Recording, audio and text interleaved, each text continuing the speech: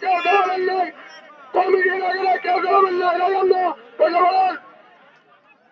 তাহলে মাস মাসে আসতে নেই, আসতে নেই, 3 জনের বেশি কোনোদিন লোক থাকবে নয়, কমিটি হোক আর বিভক্ত করতে হোক, 3 জনের তিন জনের করবেন নাই।